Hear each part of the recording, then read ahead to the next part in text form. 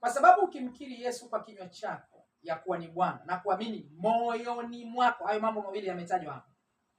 Kwa sababu ukimkiri Yesu kwa kinywa chako ya kuwa ni Bwana na kuamini moyoni mwako ya kuwa Mungu alimfufua katika wafu, utaokoka. Kwa maana kwa moyo tu uamini hata kupata haki, na kwa kinywa hukiri hata kupata wokovu. Hiyo njia ya tatu. Njia ya nne na ya mwisho ni kuongozwa maneno ya toba. Ni kuongozwa maneno ya toba.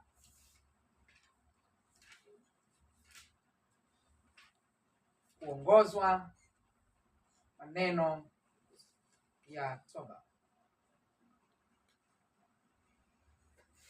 Tayari tumekwisha kutangulia kwamba mtu anaweza akazungumza mwenyewe ikiwa amemwamini, amegundua ni mwenye dhambi, yuko mahali ambapo hakuna mtu yeyote, anaweza akazungumza mwenyewe kwa kinywa chake, akakiri mbele za Bwana kwamba ni mwenye dhambi na nahitaji uniokoe, na anaweza kuokolewa. Lakini inaweza kutokea yako mazingira ambayo mtu hawezi kuzungumza chochote, hawezi kusema, hajui namna ya kwenda kwa Bwana.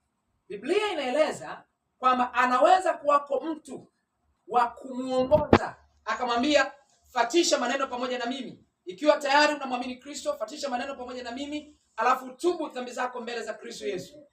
Na akifanya hivyo, mtu huyu anahesabika kuokoka. Zekaria sura ya 14 mstari wa 2. Samahani, ni Hosea, sio Zekaria.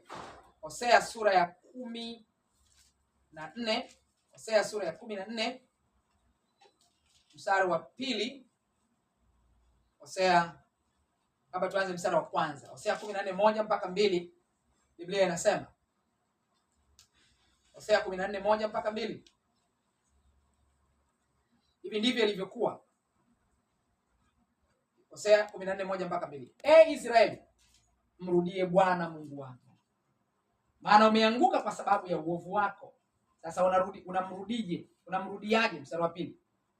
Chukueni maneno pamoja nami. Wengine wanasema fuatisha maneno pamoja na mimi. Chukueni maneno pamoja nami, mkamrudie Bwana, mkamwambie, ondoa maovu yote, uyatakabali yaliyo mema, na hivyo ndivyo mtakavyotoa sadaka za midomo yetu kana kwamba ni ng'ombe. Maana yake ni sawa na kusema, sema maneno haya pamoja nami. Bwana Yesu, nisamehe dhambi zangu zote, ondoa. Tuko sawa hapo? Na hapa